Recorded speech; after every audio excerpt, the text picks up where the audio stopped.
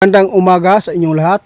Ngayon po meron pong ipapaabot si kaibigan, no? May babala na naman po si kaibigan. Kung ito ay patuloy na pag-ulan, no? Dapat po mag-ingat tayo. Landslide, lalo na sa mga driver, disgrasya. Ito po yung nakikita ng ating kaibigan. Kapag ito ay papasok po yung December, no? December po ngayon, di ba?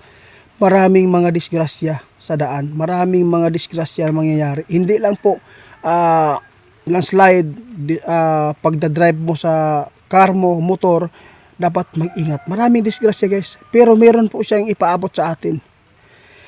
Kasi yung mga bulkan po ngayon, active man, no?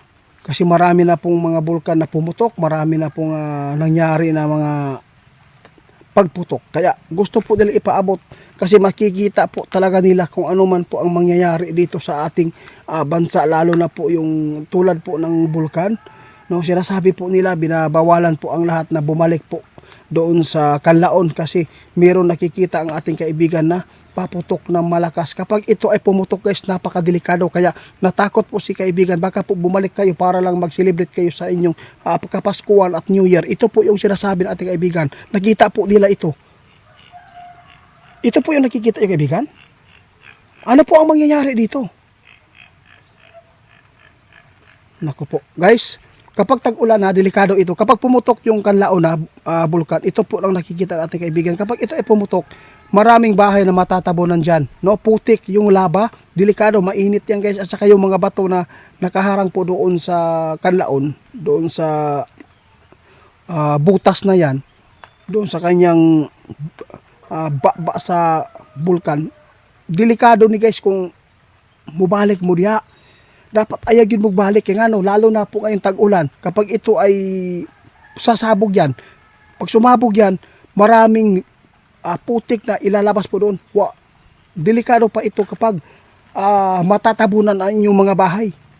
No, kasi hindi naman po yan alikabok, hindi naman po yan mga usok lang, no? Kasi putik na yan guys, ilalabas po doon. Kaya natakot ang ating kaibigan, baka po mag-celebrate kayo doon, matimingan kayo. Meron po nakikita po talaga na hindi maganda po yung pagbara po doon, kaibigan. Kaya gusto po nila ipaabot. Sige po, ipaabot po niyo yung iba nakikita po niyo doon.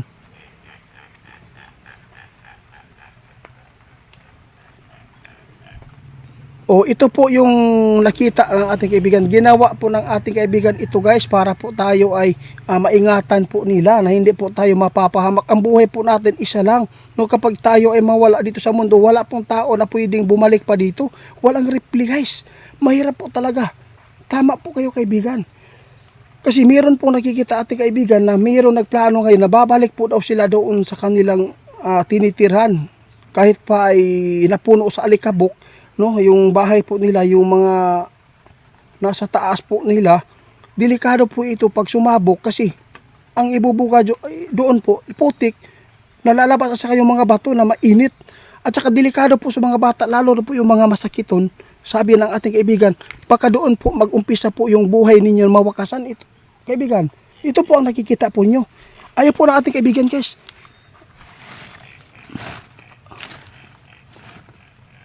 Sabi po natin ibigay sa, delikado po ito sa bata. Kasi yung bata, masupukit dyan. Dapat po mag-mask po daw kayo kapag ito ay mangyari man yung pagsabog. Maka-mask po kayo at saka yung mga masakiton daw na mga tulad ng tuberculosis, asthma.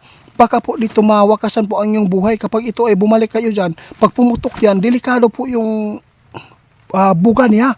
Singaw kasi po, may ano yan, may lason, toxic yan. Ito po talaga ang plano po nyo kaibigan na ipaabot. Hindi po yan pananakot guys. Nais lang po nila na para po mag tungtong na to New Year, at least buo ang inyong pamilya, nagsama kayo kaysa matulad kayo sa Masara, di ba? Yung landslide guys, pwede yan magka-landslide yan guys pag pumutok yan, mag-landslide yan guys, delikado po yan. Kung malapit sa dagat yan, delikado po yan tsunami. Napakalaking tulong po yan kaibigan. Guys, sana po ay makapanood po kayo, pakishare po, baka meron kayong mga kamag-anak po doon na gustong bumalik doon na. Kasi yung pagpumutok yan, kasi putik na yan eh. Pwede yan na mag-landslide po yan dahil po yung sa loob po yan, may tubig na mainit.